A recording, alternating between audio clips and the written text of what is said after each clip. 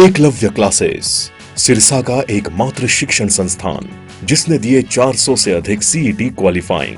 सभी बच्चों को किया पुरस्कृत। नए बैच स्टार्ट, नए पैटर्न पर आधारित HSSC screening, HSSC group D, 3 days demo free, study material free, all competition exam, well qualifying teaching staff, biometric attendance, weekly test series. Address नए बस स्टैंड के सामने, सिरसा।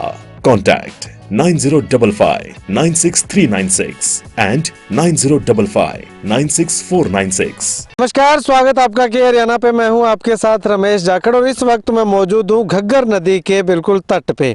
घग्गर नदी के तट पे आने का मुख्य कारण क्या है वो मैं आपको बताना चाहूं तो पिछले दिनों जब जुलाई अगस्त के महीने में घग्गर नदी ने तबाही मचाई हुई थी, उस समय जो है वो घग्गर नदी के कई जगहों से मुहाने जो है वो किनारे जो है वो टूट चुके थे और वो टूटने के बाद तमाम गांव जो है वो जलमग्न हो गए थे। सारी की सारी फसलें जो है वो बर्बाद हो चुकी थी।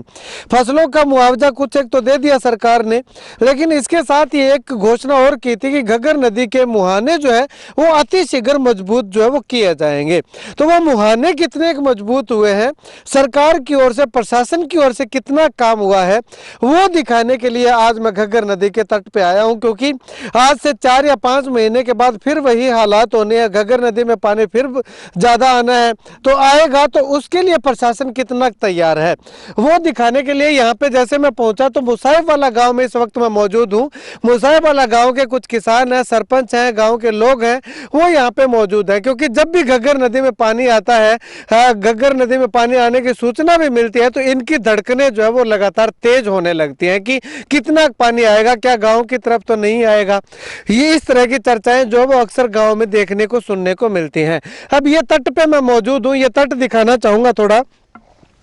ये देखिएगा, ये मजबूत तो किया हुआ है, लेकिन ये प्रशासन की ओर से नहीं बल्कि खालसा ऐड जो कि एक सामाजिक संगठन है, उनके द्वारा जो है वो यहाँ पे कार सेवा लगा करके जो है वो इस बांध को मजबूत किया गया था। लेकिन उनको भी मिट्टी जो है वो नहीं मिली। ये जो रेती जिसको बोलते हैं, बरेती जिसको बोल देते हैं, वो बरेती जो इस घग्गर नदी की इस तरफ खेतों में जो आई थी वो उठा करके इसके ऊपर डाल दी और एक बार जो है वो काम चला दिया ताकि दोबारा से ये पानी जो है वो ना टूटे।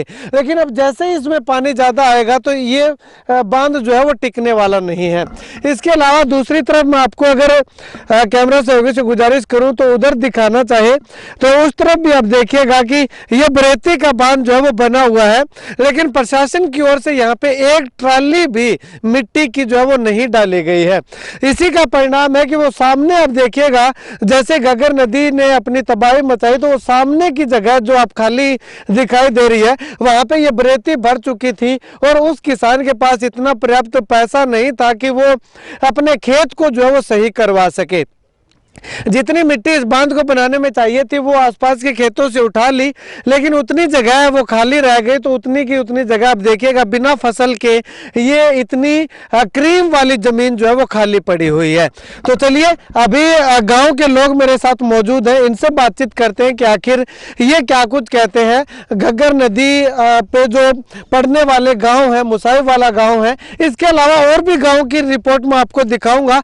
अलग अलग गाँव में जहाँ जहाँ से मुहाने टूटे थे वहां के लोग जो है वो क्या कुछ कहते हैं। फिलहाल मुसाहिब वाला गांव के सरपंच हमारे साथ मौजूद है। सरपंच साहब, खालसा ऐड ने इसका बांध का निर्माण करने का काम किया, उसके बाद प्रशासन की ओर से कोई सहायता या प्रशासन की ओर से कोई मजबूती के लिए कोई प्रयास किया गया? रमेश जी, पहले तो नमस्कार। आप अपने लेवल पे आए, प्रशासन ने सुध-बुध नहीं ली पर आपने हमारी सुध-बुध ली, आपका उसके लिए बहुत बहुत धन्यवाद। ऐसा है, जब नाली के टाइम तो प्रशासन ने बहुत साथ दिया, दिल से साथ दिया। जब नाली में पानी आया हुआ था उसके बाद उन्होंने सुध-बुध नहीं ली हमारी। हमने उन्होंने छोटी सी हमारी अमाउंट भी 5-6 लाख रुपए सैंक्शन करे थे डीसी साहब ने, पर पैसा आज तक नहीं आया। वो उन्होंने ये कहा था कि जो आपके तटबंध टूटे हैं आप उनको मजबूतीकरण करेंगे उसका, अभी तक ऐसा कुछ भी नहीं हो पाया जी। हाँ, उस नाली के टाइम सरकार ने 3-4 लाख रुपए की सहायता दी थी काम को, और उसके बाद कुछ नहीं करा सर। नहीं तो वो प्रशासन, आप ये कह रहे हो कि नाली जब आई थी, पानी जब आया हुआ था उस समय दिल से साथ दिया, वो क्या पता है कि वो दिल से साथ था या ऊपर से कोई फंसी हुई थी तब प्रशासन आया था? आप कह सकते हो सरकार का भी डंडा था और प्रशासन को तो देखो जवाबदेही तो उनकी दिल है। से साथ देना होता तो प्रशासन अब भी तो आता ना। हाँ, आप कह सकते हो प्रशासन को आना चाहिए था। मतलब हमने सरकार को भी रिक्वेस्ट करी थी कि सरकार जो हो गया उसके बाद हमारे को नॉर्मल करने के लिए सब कुछ बांध को तटबंध मजबूत करने के लिए पैसा दिया जाए, पैसा सरकार ने नहीं दिया। ठीक है, जी। अभी ये तटबंध कमजोर है, अभी वैसे तो मजबूत काफी दिखाई दे रहे हैं, लेकिन कितना मजबूत इसको मानते हैं? सब ये ना रेता है, लाल मिट्टी नहीं है। जैसे ही पानी आएगा ना घग्गर में तो कटाव होगा, इसे कटाव से नुकसान होगा, रेता रेता साथ बह जाएगा। प्रॉपर तरीके से क्या अगर पत्थर लग जाए तो लाइफ टाइम के लिए दिक्कत नहीं आएगी इसको। इसके साथ पत्थर शुरू हो जाए, साथ में बैग लग जाए जो वीक पॉइंट है, और लाल मिट्टी डल जाए, उससे उसी जितने ट्रैक्टर चलेंगे ऊपर रोलिंग होगी, उसका तब बेनिफिट है सही मायने में। ठीक है, ये तो जुगाड़ है। चलिए पूर्व सरपंच हमारे साथ मौजूद है। सरपंच साहब, अगर बात करें तो क्या लगता है कितना मुश्किलों का सामना करना पड़ता है? बहुत ज़्यादा मुश्किलों का सामना करना पड़ता है जी। हमारे को इसका ये पत्थर लग जाए, बहुत बढ़िया, जा गट्टे लग जाए, कुछ ना कुछ इसका मजबूती हो जाए, लाल मिट्टी डल जाए इसके ऊपर, बिल्कुल मिट्टी नहीं है डला इसके, सब रेता है, रेता कभी भी ये टूट सकता है। ठीक है, लेकिन खालसा एड ने बहुत मजबूती की थी, बहुत बढ़िया काम करके बहुत बढ़िया उन्होंने बेचारों ने हमारी सहायता की, लेकिन सरकार ने हमारे लिए कुछ भी नहीं किया। तो प्रशासन से क्या अनुरोध करेंगे आप? हम यही करेंगे भी इसके ऊपर पत्थर लग जाए या कट्टे लग जाए, इसका मजबूती किया जाए, मिट्टी जला जाए इसके ऊपर, हमारी सहायता कीजिए। मतलब कि अभी समय है, इस समय रहते प्रशासन अगर यहाँ पे आके सुध ले- हाँ जी आप सुध बुध ले हमारी, अब इसका काम कर सकते हैं, अभी बाकी पड़े हैं 3-4 महीने, हो जाए बढ़िया है इससे। ठीक है भाई साहब, जब घग्गर नदी में अभी भी सूचना आती है कि पानी पीछे से और ज्यादा आ रहा है या घग्गर नदी उफान पे आने वाली है, तब आपके दिलों की क्या हालत होती है, क्या बीतती है उसमें? नमस्कार भाई साहब। अच्छा ऐसे है भाई साहब, पिछली बार जब घग्गर नदी में पानी आया था तो यहाँ पे जब नुकसान हुआ है, छोटे जमींदारों का ज़्यादा नुकसान हुआ है, और पिछली बार तो खालसा एड ने हमारे पूरा साथ दिया था, जैसे तैसे करके हमने एक बार तटबंध बांध लिए थे। अगर वही स्थिति दोबारा आती है तो दोबारा से हमें लगता नहीं है कि ये 2-2 4-4 किले वाले जमींदार ये बांध दोबारा से बना लेंगे। इसलिए हम सरकार से अनुरोध करते हैं, सिर्फ तटबंध जहाँ से टूटे हैं वहाँ पे नहीं, सारे के सारे बंद का ही मान लो मिट्टी डलनी चाहिए, गट्टे लगने चाहिए जहाँ पे ज़रूरत है। अब ये टाइम है बांधों को संभालने का, जब पानी आएगा तब फिर दोबारा से कोई साथ नहीं देगा, कोई खालसा एड भी बार बार नहीं आएगी जी अगर बार बार टूटेगी नदी तो इसलिए हमारा रिक्वेस्ट है कि सरकार हमारा इस चीज़ में पूरा साथ दे, हमारे बांध बांधें, गट्टे लगाएं, जहाँ पत्थर लगाने की जरूरत है वहाँ पत्थर लगाएं। मतलब कि मौके पे अफरा तफरी के माहौल में काम करने से अच्छा है कि शांति से काम कर ले, तसल्ली से। बिल्कुल बिल्कुल भाई साहब, ये टाइम जो 3-4 महीने का टाइम है, पानी तो फिर आना ही आना है। हाँ। अगस्त में, जुलाई में, ये गर्मी वाले महीनों में पानी आना ही आना है। अब ये टाइम है कि अब ये बांध संभाले जाएं और तब प्रशासन को भी दिक्कत ना आए जब पानी आए। ठीक है, शुक्रिया बातचीत के लिए। कुछ और लोग मौजूद हैं। भाई साहब, कितना नुकसान पीछे की बात करें तो हुआ था? ਪਹਿਲਾਂ ਸਭ ਤੋਂ ਪਹਿਲਾਂ ਤੁਹਾਡਾ ਬਹੁਤ ਬਹੁਤ ਧੰਨਵਾਦ, ਤੁਸੀਂ ਇੱਥੇ ਪਹੁੰਚੇ। ਨੁਕਸਾਨ ਤਾਂ ਦੇਖੋ ਬਹੁਤ ਜ਼ਿਆਦਾ ਹੋਇਆ ਸੀਗਾ, ਲਗਭਗ ਸਿਰਸਾ ਤੱਕ ਹੀ ਪਾਣੀ ਦਿਖ ਰਿਹਾ ਸੀ ਇੱਥੋਂ, ਔਰ ਸਰਕਾਰ ਦੀ ਗੱਲ ਕਰੀ ਤਾਂ ਸਾਨੂੰ ਕੋਈ ਸਹਾਇਤਾ ਨਹੀਂ ਮਿਲੀ, ਔਰ ਸਫਾਈ ਤੋਂ ਇਲਾਵਾ ਸਿਰਫ ਨਰੇਗਾ 'ਚੋਂ ਸਫਾਈ ਕਰਾਈ ਹੈ, ਉਸ ਤੋਂ ਇਲਾਵਾ ਸਾਨੂੰ ਸਰਕਾਰ ਨੇ ਕੁਝ ਵੀ ਨਹੀਂ ਦਿੱਤਾ। ਠੀਕ ਹੈ, ਤੇ ਹੁਣ ਕੀ ਮੰਗ ਕਰਦੇ ਹੋ ਤੁਸੀਂ ਸਰਕਾਰ ਤੋਂ? ਅਸੀਂ ਤਾਂ ਮੰਗ ਕਰਦੇ ਹਾਂ ਵੀ ਅੱਜ ਜਿਹੜਾ ਟਾਈਮ ਹੈ, ਹੁਣ ਪਿੱਛੇ ਇਸ ਤੋਂ ਬਾਅਦ ਤਾਂ ਫਿਰ ਨਾਲ ਹੀ ਬਰਸਾਤਾਂ ਸਟਾਰਟ ਹੈ, ਨਾਲ ਹੀ ਆਊਗੀ, ਫਿਰ ਉਹੀ ਸਰਕਾਰ ਨੇ ਇੱਥੇ ਆਉਣਾ ਹੈ, ਉਸ ਟਾਈਮ ਮੌਕੇ 'ਤੇ ਕੁਝ ਹੁੰਦਾ ਨਹੀਂ। ਹੁਣ ਮੌਕੇ 'ਤੇ ਇੱਥੇ ਆ ਕੇ ਸਰਕਾਰ ਪੱਥਰ ਲਵਾਏ, ਬੈਗ ਲਵਾਏ ਜਾਂ ਜੋ ਵੀ ਕਰਵਾਏ, ਇਹਨੂੰ ਮਜ਼ਬੂਤ ਕਰਵਾਏ ਤਾਂ ਕਿ ਅੱਗੇ ਤੋਂ ਇਹ ਪਰੇਸ਼ਾਨੀ ਨਾ ਹੋਏ ਲੋਕਾਂ ਨੂੰ। ਠੀਕ ਹੈ, ਤੇ ਪਿੱਛੇ ਕਿੰਨੀ ਕੁ ਪਰੇਸ਼ਾਨੀ ਹੋਈ ਸੀ? ਪਿੱਛੇ ਤਾਂ ਲੋਕਾਂ ਦੇ ਘਰਾਂ ਤੱਕ ਮਤਲਬ ਪਾਣੀ ਪਹੁੰਚਣ ਵਾਲਾ ਹੋ ਗਿਆ ਸੀ, ਲੋਕ ਡਰ ਕੇ ਸਮਾਨ ਵੀ ਕੱਢ ਲਿਆ ਸੀ ਲੋਕਾਂ ਨੇ ਵੀ ਅੱਜ ਟੁੱਟੇ ਜਾਂ ਸਵੇਰੇ ਜਾਂ ਸ਼ਾਮ ਤੱਕ ਪੂਰਾ ਖਤਰਾ ਸੀਗਾ। ਔਰ ਫਸਲਾਂ ਦੀ ਗੱਲ ਕਰੀਏ ਤਾਂ ਕੁਝ ਵੀ ਨਹੀਂ ਸੀ ਬਚਿਆ, ਫਸਲਾਂ ਦਾ ਟੋਟਲੀ ਨੁਕਸਾਨ ਹੋ ਗਿਆ ਸੀ ਸਭ। ਤੇ ਫਸਲਾਂ ਦਾ ਮੁਆਵਜ਼ਾ ਮਿਲ ਗਿਆ ਸੀ? ਨਹੀਂ ਮਿਲਿਆ, ਕੁਝ ਨਹੀਂ ਮਿਲਿਆ, ਮੁਆਵਜ਼ਾ ਵੀ ਨਹੀਂ ਮਿਲਿਆ? ਬਿਲਕੁਲ ਨਹੀਂ ਮਿਲਿਆ। ਅੱਛਾ, ਠੀਕ ਹੈ। ਹਾਂਜੀ ਵੀਰ ਜੀ, ਤੁਸੀਂ ਕੀ ਕਹਿਣਾ ਚਾਹੋਗੇ? ਮੁਆਵਜ਼ਾ ਮਿਲ ਗਿਆ ਸੀ ਤੁਹਾਨੂੰ? ਨਾ ਜੀ ਮੁਆਵਜ਼ਾ ਕੁਛ ਨਹੀਂ ਮਿਲਿਆ ਜੀ। ਇੱਥੇ ਕਿੱਲੇ 1.5 ਕਿੱਲੇ ਵਾਲੇ ਸੀ ਸਾਰੇ, ਵਿਚਾਰੇ ਸਾਰੇ, ਉਹਨਾਂ ਨੂੰ ਕੋਈ 1 ਰੁਪਿਆ ਵੀ ਨਹੀਂ ਮਿਲਿਆ ਸਰਕਾਰ ਵੱਲੋਂ। ਨਾ ਕੋਈ ਅੱਜ ਤੱਕ ਕੋਈ ਬੰਨੇ ਤੇ ਸਰਕਾਰ ਦਾ ਕੋਈ ਵੀ ਬੰਦਾ ਨਹੀਂ ਆਇਆ। ਅੱਜ ਤੇ ਕੌਮੀ ਪਿਆ ਜਿਵੇਂ ਖਾਲਸਾ ਕੈਡ ਵਾਲੇ ਕਰਕੇ ਗਏ ਉਸ ਤਰ੍ਹਾਂ ਹੀ ਪਿਆ। ਉਸ ਤੋਂ ਬਾਅਦ ਕੋਈ ਸਰਕਾਰ ਦਾ ਕੋਈ ਬੰਦਾ ਨਹੀਂ ਆਇਆ, ਨਾ ਕਾਂਗਰਸ ਦਾ, ਨਾ ਬੀਜੇਪੀ ਦਾ, ਨਾ ਕੋਈ ਮੰਤਰੀ ਸ਼ੰਤਰੀ ਕੋਈ ਵੀ ਨਹੀਂ ਆਇਆ ਜੀ ਇੱਥੇ। ਅੱਜ ਤੱਕ ਇੱਥੇ ਕੋਈ ਇੱਥੇ ਆ ਕੇ ਪੁੱਛ ਪੜਤਾਲ ਹੀ ਨਹੀਂ ਹੋਈ ਜੀ, ਕਿਉਂ 7-8 ਇਹ ਸਾਰਾ ਮਸਾਹ ਵਾਲੇ ਦਾ ਏਰੀਆ, ਪਨਿਆਰੀ ਸਰਸੇ ਤੱਕ ਲਾ ਲਓ 2-3 ਹਜ਼ਾਰ 5 ਹਜ਼ਾਰ ਤੱਕ ਕਿੱਲੇ ਜਿੰਨੇ ਵੀ ਸਾਰੇ ਡੁੱਬ ਗਏ ਸੀ ਜੀ। ਪਿੰਡਾਂ ਤੱਕ ਵੀ ਖਤਰੇ ਹੋ ਗਏ ਸੀ। ਅੱਗੇ संगर पिंड है उन्होंने तो चारों पासे पानी ने घेर लिया सी जी। ठीक। आज तक कोई सहायता नहीं मिल रही जी। ठीक है। हाँ जी, मुआवजा मिला ਤੁਹਾਨੂੰ ਕੀ ਲੱਗਦਾ? नहीं जी कोई मुआवजा नहीं मिलता इतने कुछ नहीं। एक बार कह देंगे मुआवजे दे के जावांगे, ये करेंगे वो करेंगे, कुछ नहीं मिले मुआवजा। अच्छा। कह देंगे देवांगे हाँ। पर ਸਾਨੂੰ ਮਿਲਦਾ ਕੁਝ ਵੀ ਨਹੀਂ। ਇੱਥੇ ਜਿੱਥੇ ਆਪਾਂ ਖੜੇ ਆ ਮੌਕੇ ਤੇ ਇੱਥੇ ਖੱਡਾ 40 ਫੁੱਟ ਡੂੰਘਾ ਸੀ। ਇੱਥੇ ਜੋ ਨਾਲੀ ਨੇ ਤੋੜਿਆ ਪੱਕਾ ਕਰਨੇ 40 ਫੁੱਟ ਡੂੰਘਾ ਹੋ ਗਿਆ ਸੀ ਖੱਡਾ। ਇਹ ਤਾਂ ਕਾਲ ਐਡਮੀ ਵਾਲੇ ਆ ਗਏ, ਅਸੀਂ ਉਹਨਾਂ ਦਾ ਧੰਨਵਾਦ ਕਰਦੇ ਹਾਂ ਵੀ ਆ ਕੇ ਇੱਥੇ ਬੰਨ ਕੇ ਉਹ ਵੀ ਖਾਲਸਾ ਐਡ ਵਾਲੇ ਆਏ, ਉਹਨਾਂ ਧੰਨਵਾਦ ਕਰਦੇ ਹਾਂ ਵੀ ਬੰਨ ਗਏ ਸਰ ਪਿੰਡ ਦਾ ਬਚਾਅ ਹੋ ਗਿਆ। ਔਰ ਪਿੰਡ ਦੇ 400 ਪਾਣੀ ਹੋ ਗਿਆ ਸੀ ਪਿਛਲੀ ਤਰਫ ਛੱਡ ਕੇ ਉਰਲੀ ਸਾਰੀ ਸਾਈਡ ਪਾਣੀ ਹੋ ਗਿਆ ਸੀ।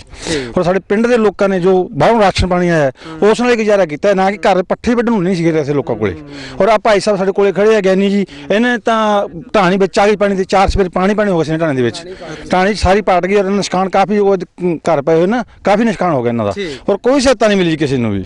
ਹਾਂਜੀ ਮੌਕੇ ਤੇ ਅਸੀਂ ਬੰਦਾ ਬੰਨਿਆ, ਪੁਲਿਸ ਪ੍ਰਸ਼ਾਸਨ ਆਏ, ਉਹ ਮੌਕੇ ਸਾਨੂੰ ਅਸੀਂ ਜ਼ੋਰ ਲਾਇਆ ਤੇ ਵੱਜਿਆ ਨਹੀਂ ਇਹ, ਤੇ ਇਸ ਕਰਕੇ ਟੁੱਟ ਕੇ ਪਾਣੀ ਸਾਨੂੰ ਧੱਕੇ ਲੈ ਗਿਆ ਅੱਗੇ। ठीक है। हाँ जी बहुत मुश्किल आउंदियां इत्थे। ठीक है, शुक्रिया बातचीत के लिए। चलिए सरपंच साहब से एक बार और कंफर्म कर लेते हैं। सरपंच साहब, मुआवजा जो फसलें यहाँ पे खराब हुई थी उसका आया कि नहीं आया यहाँ? सर अभी कुछ एक का आया है, पूरा नहीं कह सकते, मतलब 30-40% लोगों का आ गया है, बाकी पेंडिंग पड़ा है। बाकी पेंडिंग अभी भी में। पेंडिंग पड़ा हुआ हाँ, है। और मकानों का भी पेंडिंग पड़ा है। मकानों का भी जो मकानों का नुकसान हुआ था उसकी सरकार ने लिस्ट बनवाई थी, उसमें पूरी टीम बन के आई थी, पर अभी तक ऐसा कुछ नहीं आया, मकानों का कुछ नहीं आया। ठीक जी। ये देखिएगा, वायदे कुछ और काम कुछ। अब अगर बात करें तो वायदा तो ये भी कही गई थी कि जहां जहां से ये घग्गर नदी हरियाणा में जहां से प्रवेश करती है, यानी कि वो यही पॉइंट है जहां से हरियाणा में ये घग्गर नदी प्रवेश करती है, यहां से लेकर के और पूरे हरियाणा में जहां तक बनी के आखिर तक जो हेड आता है वहां तक इस घग्गर नदी के दोनों मुहानों पे सड़क बनाने की बात कही गई थी। वायदा तो बहुत बढ़िया था, लोगों को पसंद भी आया, लेकिन सड़क बनाने के लिए इसके ऊपर भर्ती भी करनी पड़ती है, मिट्टी भी डालनी पड़ती है, अभी तक वो भी नहीं डाली जा रही है। तो सड़क के सपने तो जो है वो मुंगेरी लाल के सपनों से भी ज्यादा हसीन सपने मुझे यहाँ पे दिखाई दे रहे हैं। खैर, प्रशासन आने वाले समय में क्या कुछ करता है, क्या आनन फानन में आकर के लोगों को निर्देश देने का काम करता है, या फिर समय रहते इन तटबंधों को मजबूत करने का काम करता है, ताकि ये लगे कि ये सरकार और प्रशासन जो है वो वाकई में किसानों के हितों को ध्यान में रखते हुए काम करती है, या फिर एक केवल मात्र पॉपुलैरिटी के लिए कि घग्गर नदी में पानी आ गया, पूरा प्रशासन डीसी एसपी एसडीएम सब अधिकारी जो है वो यहाँ पे आ गए, वो दिखाने के लिए यहाँ पे आते हैं, या फिर वाकई में उससे पहले इन तमाम तटबंधों को मजबूत करने के लिए वो एकाग्रता दिखाते हैं, वो आने वाला वक्त बताएगा। खैर, मुआवजा की अगर बात करें तो अब तक मुआवजा भी जो है वो नहीं मिल पाया है। घोषणा किए हुए काफी समय हो गया, कुछ एक लोगों को मिला है, कुछ एक लोगों को नहीं मिला। तटबंध जो है वो वैसे के वैसे पड़े हुए हैं। खालसा एड का ये तमाम लोग जो है वो धन्यवाद करते हुए नहीं थक रहे हैं कि खालसा एड ने आकर के इनकी सुध ली और ये तटबंध जो है वो कुछ हद तक जो है वो कुछ मजबूती देने का काम इनको किया है। खैर, आने वाले समय में क्या कुछ होता है वो आने वाला वक्त बताएगा, लेकिन प्रशासन से और सरकार से हाथ जोड़ के अनुरोध करेंगे कि इन तटबंधों की थोड़ी सी सुध ले ताकि आने वाले समय में इन तमाम लोगों को घग्गर नदी के बढ़ते पानी के साथ इन लोगों की धड़कनें बढ़ने का काम ना करें, ताकि ये भी आराम से चिंता मुक्त होकर के अपने अपने घरों में सो सकें, ताकि इनको किसी भी तरह की कोई दिक्कत परेशानियों का सामना ना करना पड़े। आप अपनी राय इस वीडियो में जरूर दीजिएगा।